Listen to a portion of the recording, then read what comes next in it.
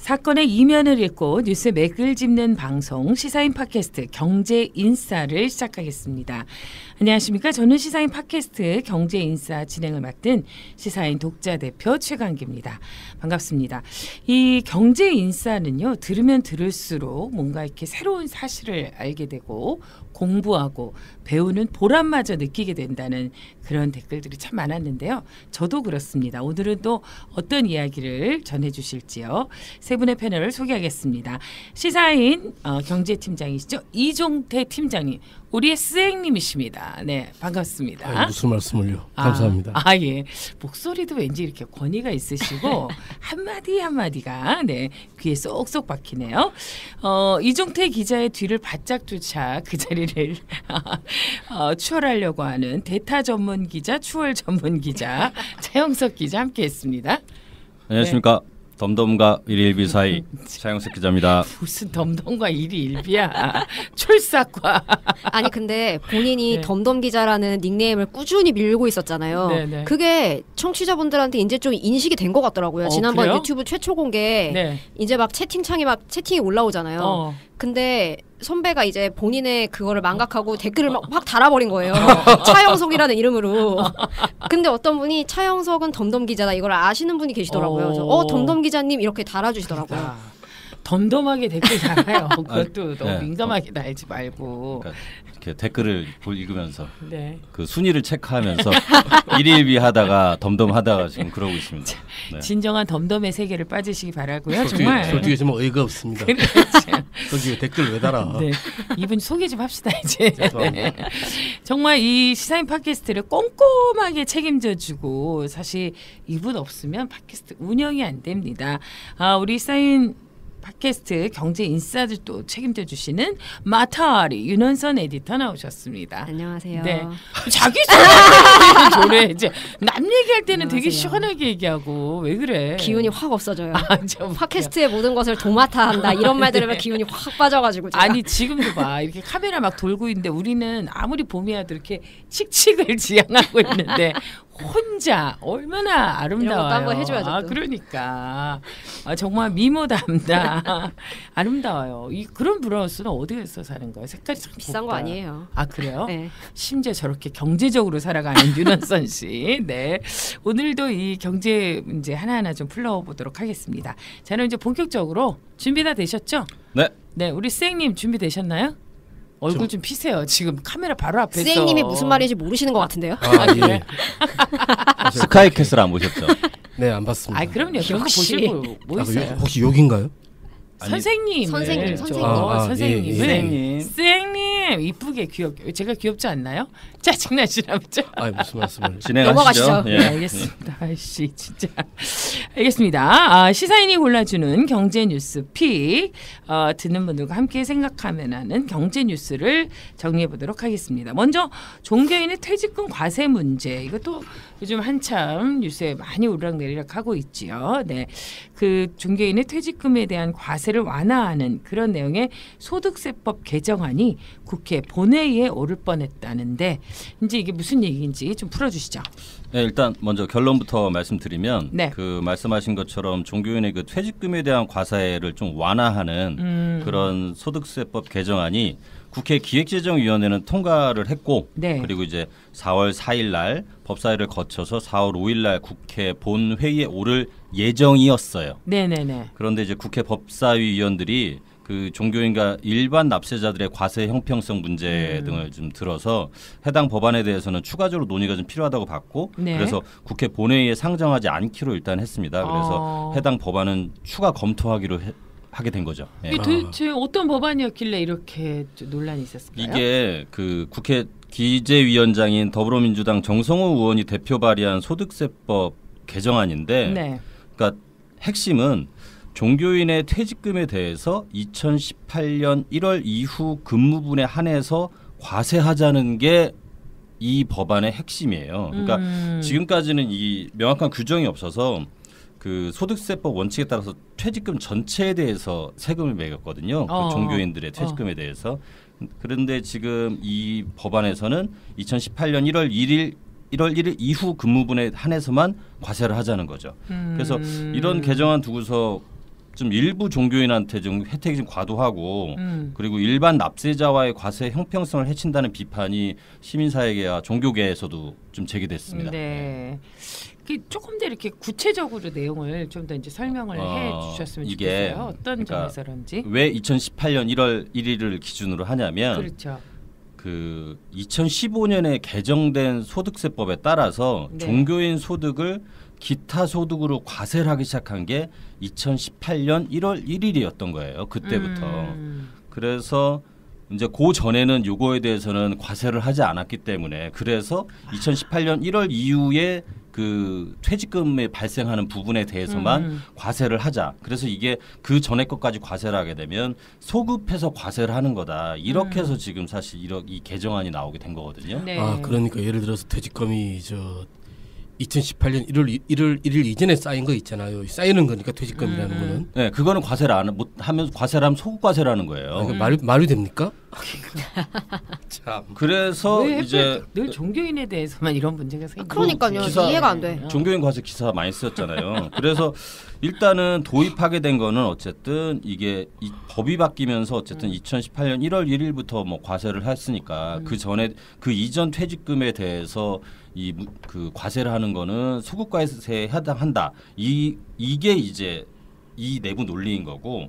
근데 이제 시민사회 쪽이나 일부 이제 종교계에서는 이런 주장에 대해서 이거는 종교인 과세 자체를 무력화하려는 시도다. 그리고 그렇죠. 네, 그래서 이렇게 이제 서로 좀 나뉜 거죠. 그리고 보면 그 전에도 원래는 이게 종교인 소득이 그 전에도 비과세가 아니었잖아요. 이게 일종의 세무행정상의 약간 좀 이렇게 제외해준 약간 그런 특혜가 좀 강했던 편이잖아요. 그래서 아무튼 그리고 일부 종교인들은 실제로 이 퇴직금에 대해서 소득세를 내왔다고 해요. 그래서 아무튼 이제 이런 법안이 지금 어쨌든 국회 기재위를 통과한 거예요.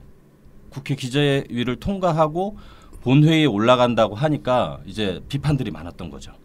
그러네. 뭐 이미 냈던 분도 있고 안 냈던 분도 계시고 이제 그거 이제 뒤에 이제 좀 그렇죠. 약간 뭐 이런 게 있는 것처럼 그 안에서도 논란이 있지만 사실 이제 일반인들과의 형평성 문제가 제일 그 논란의 대상이 될 것 같아요. 이게 네. 국회 이제 기재위 회의에서도 그런 이제 국회 전문위원 중에서 그런 얘기가 나왔어요. 그러니까 종교인 소득하고 일반인 납세자 소득 간에 과세 체계 차이로 발생할 수 있는 형평성 문제를 감안해야 된다. 이런 얘기가 있었거든요. 그래가지고 한국 납세자 연맹이 이거를 가지고서 그러니까 같은 조건일 경우에 이 세금이 어떻게 달라지나 그걸 가지고서 비교를 했는데 가령 1989년 1월 1일부터 2018년 12월 31일까지 그렇게 일을 했다고 가정을 하고 네. 그렇게 되면 퇴직금으로 10억 원을 받는 종교인이 있고 퇴직금으로 10억 원이 받는 근로소득자가 있다고 치면 네. 퇴직금으로 10억을 받는 종교인에게 부과되는 퇴직소득세는 506만 원 정도. 그리고 10억을 받는데 네. 네. 같은 동일한 조건의 일반 근로소득자가 내야 할 퇴직소득세는 1억 4,700여만 원. 그러니까 아니, 애초에 왜 이렇게 되는 거죠 도대체? 그러니까 29분의 1이 되는 거예요. 그 만약에 2018년 1월 이후를 기준으로 하게 되면 그것만 과세하겠다고 하면 이게 심리적 저항이 굉장히 클 수밖에 없죠. 똑같은 일을 해서 받은 퇴직금인데 어떤 분은 10억을 벌어서 500을 내고 어떤 분은 1억 얼마를 낸다 그러면 사실 아무리 가서 내가 믿는 종교의 종교인이지만 좀 이 부분에서는 화가 날 수 있을 것 같아요. 그러니까 이게 좀 일반인들한테 좀 알려주면 잘 이해가 안 되는데 내부 논리적으로는 어쨌든 그런 논리가 있었던 거예요. 그러니까 아까 얘기한 것처럼 2015년부터 이제 소득세법 개정안이 개정이 됐고 그게 2018년 1월부터 시행이 됐기 때문에 그 이전 거에 대해서 그 퇴직금 발생한 부분에 대해서 그거에 대해 이렇게 둘이 이제 나뉘어 있으면 그 이전 거에 대해서는 과세하지 않는다. 이제 그런 얘기인 건데 좀 이렇게 언뜻 들어도 일반이라고 너무 차이가 있으니까 그렇죠. 그런 저항들이 심한데요? 있으니까 그러니까 법사위에서도 그래야 이건 좀 더 논의를 좀 더 해야 된다 해서 본회의에 올리지 않은 건데 근데 그걸 기재위가 통과시켰단 말이죠. 그렇죠. 네. 미친놈들 아닙니까? 이거 욕 나오네. 벌 받으실 거예요. 종교인들한테 그러면. 그래서 이게 그래서 벌벌 떨어서 통과시켰을지도 몰라요. 네, 근데 이제 보니까 이게 모든 종교인한테 해당되는 내용은 아니고 종교마다 차이도 있을 거고. 종교마다도 차이가 있을 거고. 그러니까 일단 보면 작년 11월 달에 한국 기독교 총연합, 우리 보통 한기총이라고 그렇죠. 줄이잖아요. 거기하고 한국 기독교 연합 이런 보수적인 개신교 단체들이 종교인 퇴직금 과세 범위를 줄여달라는 내용의 청원을 국회에 제출했어요. 제출했는데 이게 보면 실제로 종교사에서도 좀 약간 차이가 있는 거예요. 그러니까 개신교를 제외하고서 가령 조계종 같은 경우는 그러니까 이건 조계종 입장인데 스님들은 출가 수행자로 퇴직 개념이 없고 소임을 사직하면 일부 전별금이 지급되는데 이에 대한 세금을 납부하고 있다. 지금 이게 조계종에서 입장이고 그리고 한국 천주교 중앙협의 관계자는 신부님들이 일시불 퇴직금을 받는 경우는 없다. 그리고 사제 은퇴 기금도 관련 법에 따라서 이미 모든 세금을 다 내고 있어서 법 개정으로 달라질 것은 전혀 없다. 이제 그렇게 얘기를 하는 거예요. 그러니까 보면 이제 보통 이제 불교, 천주교, 개신교 이게 제일 많으니까 불교나 천주교 같은 경우 사실 해당이 안 되고 보면은 퇴직금이 있는 이 정도가 퇴직금이 그렇게 강하게 문제가 될 만한 데는 대형 교회가 주로 해당이 될 거 아니에요. 그러니까 뭐 한기총이나 이런 보수적인 개신교 단체들이 지난해 11월에 어쨌든 청원을 했고 그걸 받아가지고 지금 4월이잖아요. 그러니까 굉장히 빠른 시일 안에 이거를 기재위에서 이 법안의 소득세 개정안을 통과시켜 버린 거예요. 참. 근데 지금 본회의에서 이제 막힌 거죠. 그분들의 목사님들을 진짜. 위해서 지금 기재위 위원들이 어느 교회를 다니는지 조사 좀 해봐야 될 것 같아요. 제가 약간 이 뉴스를 보면서 정말 그래야 될 것 같아요. 정말. 뉴스 보면서 저번에 왜 그 박용진 의원이 왜 한번 그 얘기 그 한유총 얘기하면서 그렇죠. 건드려서는 안 될 3대 유치원들 원장님들 조직력 얘기했잖아요. 그렇죠. 그러니까 이 기사를 보면서 개신교 대형 교회의 이 조직력이라는 게 정말 법안에 어떻게 영향을 미칠 수 있는지 약간 그런 사례로 약간 등장해도 되지 않을까 그런 생각이 좀 들었습니다. 우리가 다니는 개척교회 목사님들은 너무 어려우셔갖고 진짜 맞아요. 퇴직금을 모아서 진짜 드려도 쉬웠지 않은 마당인데 진짜 개짜증나네. 근데 내노라는 그런 유명한 대형 교회 같은데 뭐 그러니까요. 많이들 다니실 거 아니에요. 하여간 우리가 저기 한번 심층 취재를 해봐요. 기재위 위원들이 다니는 교회는 어느 교회일까요? 뭐 이런 거 한번 좋을 정말 것 같아요. 대다수 시민들이 반대할 제도들이 그 국회의원들 모인 그 위원회에서 이렇게 통과되고 그런 굉장히 문제가 크다고 생각합니다. 그러니까요. 지금 잠자고 있는 법이 얼마나 많은데 이런 거는 신속하게도 참 문제야 문제. 참 심한 놈들입니다. 그러니까요. 이후에 이제 이 논의가 어떻게 진행될지 관심 있게 지켜봐야 될 것 같고요. 또 정치와 경제가 어떻게 연결되어 이렇게 연결되어 있는 거죠. 정말 확인할 수 있는 이런 사례로 우리가 종교인 과세를 좀 볼 수 있지 않나 이런 생각을 해봅니다. 지금 막 오늘 이종태 팀장님 막 얘기하신데 벌은 이종태 팀장님만 받는 것으로 몰아주게 하죠. 몰아주기로 욕하고 막 그런 거요? 네. 신성한 분한테 욕을 했으니까 몰아주게 해드리죠. 이런 걸로 침을 받으면 제가 다 받습니다. 알겠어요. 이거 자신 있습니다. 통도 커 우리 쌤이 멋있어. 알겠어요. 네. 다음 소식으로 넘어가도록 하겠습니다. 벌도 나누도록 하겠습니다. 네. 세계에서 가장 많은 이익을 낸 기업 과연 여러분 어디일까요? 그 한 외국 기업 소식을 좀 들고 왔다고요. 이 기업이 뭐 좀 많이 수익을 냈나 보죠? 네, 저는 이제 원고를 우린 다 봤으니까 네. 한번 세계에서 가장 지난해 세계에서 가장 많은 이익을 낸 기업이 어디일까? 대충 이렇게 사람들한테 물어보면 뭐 대충 구글, 뭐 애플, 뭐 아마존, 뭐 아니면 삼성전자 뭐 이렇게 나올 것 같은데 실제로는 사우디아라비아 국영 석유 회사인 아람코입니다. 아람코. 좀 생소한 이름이죠. 저는 알고 있었어요. 아람코. 선생님이시잖아. 진짜 처음 들어봤어요. 아니 아람코 이러면은 제 프리미어리그 최근에 중계 보다가 그 왜 광고판에 이렇게 아람코 이렇게 뜬 걸 제가 한번 본 적이 있거든요. 예리한 관찰력이네. 그래가지고 그때는 무슨 만화 캐릭터 주제 아람코? 진짜 처음 들어봤어요. 아람단은 들어봤는데 아람단 옛날에 있었잖아요. 아람단. 아름단이거든. 아람단 아니에요? 아람단 아무튼. 네. 그래서 아무튼 생소한 이름인데 이 회사는 그 석유 회사고요. 1일 원유 생산량이 1,360만 배럴로 전 세계 생산량의 12%를 차지하고 우와. 엑슨모빌이라고 우리가 들어본 적 있잖아요. 엑슨모빌. 그건 있어요. 거기에 한 3배 정도의 석유를 내는 회사이고요. 직원은 한 7만 명 정도 되는 회사입니다. 아람코. 아니 이게 도대체 그 회사가 얼마의 이익을 냈기에 이렇게 뉴스까지 오르락내리락 하냐고요. 그게 중요한 거죠. 사우디아라비아가 4월 1일에 이 아람코 경영 실적을 사상 처음으로 공개를 했는데 사상 처음으로. 이에 따르면 아람코의 지난해 순이익이 1,110억 달러, 우리나라 돈으로 약 126조 원이고요. 이 순이익은 지난해 애플 그리고 구글의 모기업인 알파벳, 아마존 세 기업의 순이익을 합친 것보다 많다고 합니다. 이야.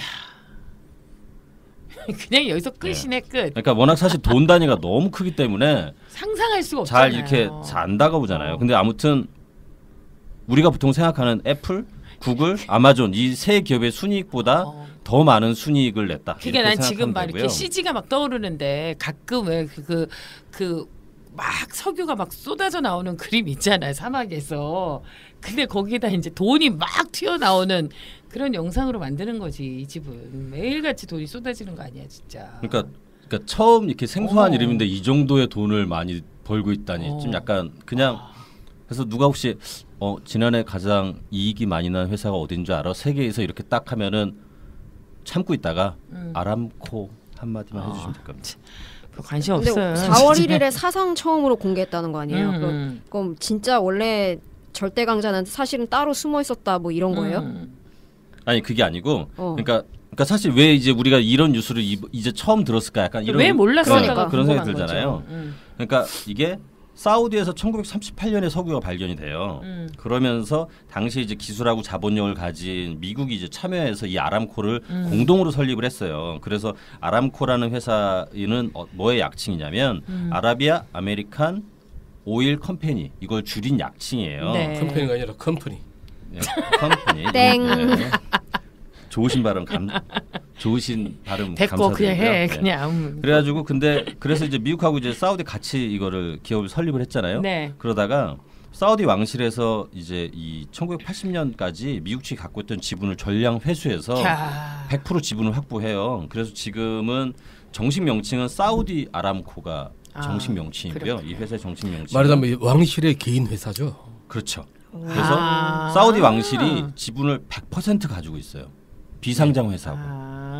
네. 이런 뭐 별 의미는 없겠다. 그러니까 그래서 그동안 이 비밀 경영을 했기 때문에 회계장부도 그동안 공개하지 않았고 그리고 이게 회계장부 공개하지 않은 이유는 이 사우디 국가재정하고 이 밀접한 관계가 있기 때문에 아람코의 재무 현황은 국가 기밀이다. 이래서 이제 공개하지 않았던 거예요. 그래서 우리한테도 아람코라는 회사가 저 정도의 이익을 내는 회사인가? 그러니까 일반 사람들은 잘 이렇게 잘 느끼지 못했던 왕실 재산이구만요. 그렇죠. 근데 이번에 왜 근데 공개를 했냐면 이제 채권 발행을 하기 위해서 이제 사실 이걸 좀 공개를 했는데 사우디 석유업체 사빅이라는 회사가 있어요. 그 회사의 지분을 이제 꽤 큰 규모로 이제 지분을 인수하려고 하는데 그러려면 이제 돈이 좀 필요하잖아요. 그래서 그 자금을 마련하기 위해서 현재 지금 이 아람코가 채권 발행을 좀 추진하고 있어요. 그래서 투자자를 모집하기에 앞서서 이 채권 투자 설명서에다가 상세한 회계 내용을 아니 그것만 갖고 있으면 되지 뭘 또 인수까지 해.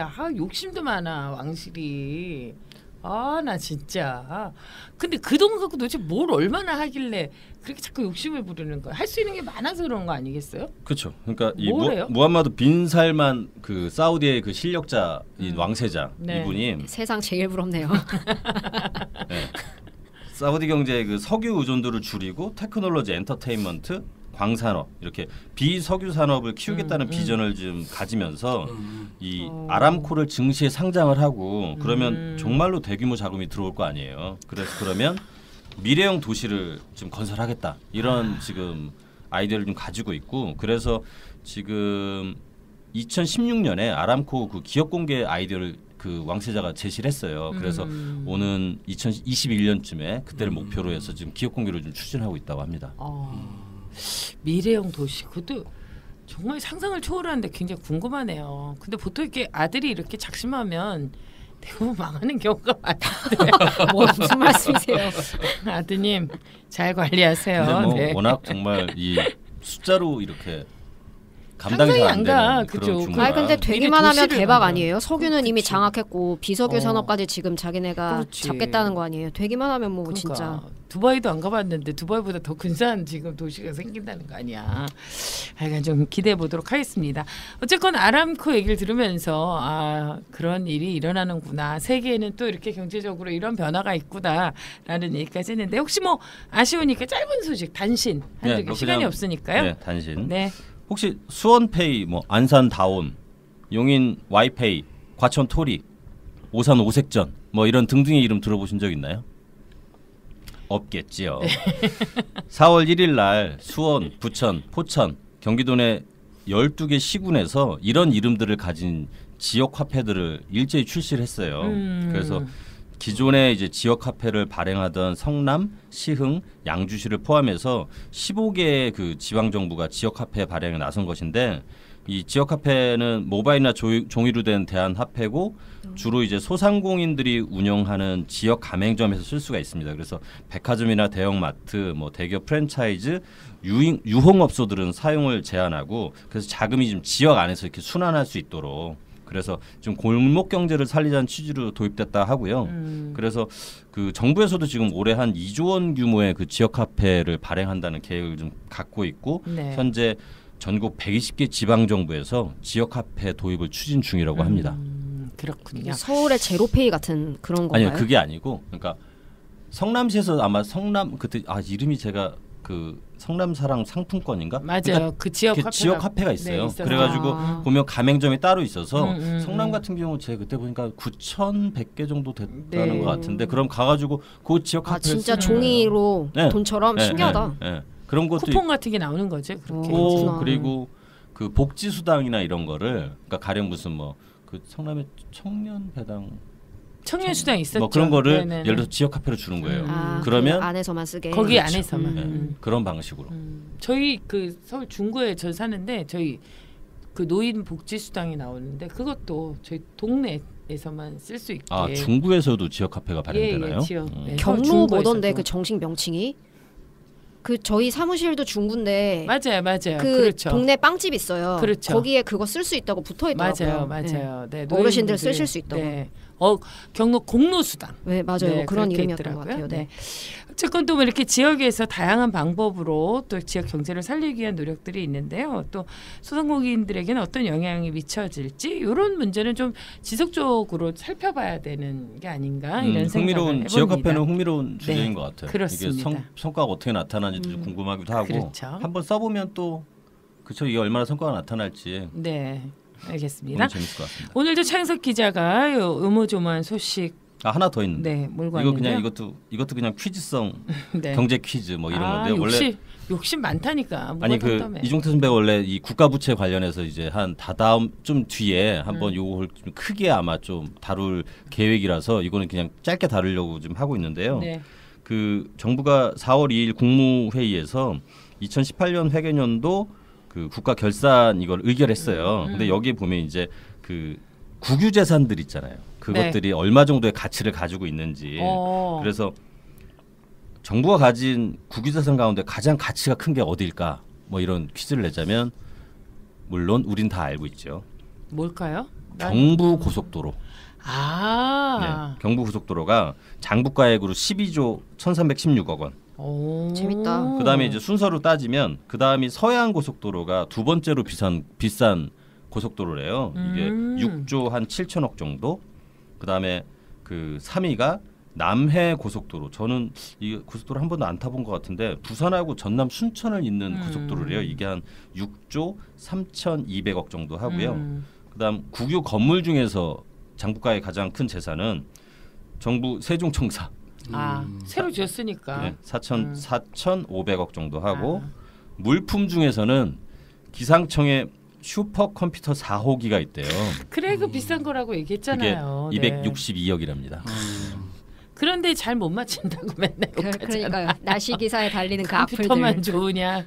그럼 뭐하냐? 말하면서. 그러니까 이게 짧은 소식으로 그렇습니다. 국유재산도 이렇게 또 구분을 해놨군요. 나 도로가 이렇게 비싼 줄 몰랐네. 우리는 일단 딱 떠오르면 역시 부동산이구나. 네, 알겠습니다. 네, 재밌는 소식도 함께 전해주신 장영석 기자 고맙고요. 2부 경제 왜 그래 코너 이제 여기가 또 중요하지 않습니까? 오늘 공부는 여기서부터. 짧게 단시는 머리를 좀 식히고 워밍업을 하고 경제 왜 그래서 심도 있게 경제 인사의 정말 진정한 꽃 한번 들어보도록 하겠습니다. 오늘 어려운 주제를 재미있고 쉽게 설명해주는 이종태 스웩님이 그러니까 이거 막 공부하면서 듣는 데잖아. 그래요. 네, 훌륭합니다. 이종태 기자님의 경제 왜 그래 여러분 기대해 주시기 바랍니다. 고맙습니다. 감사합니다.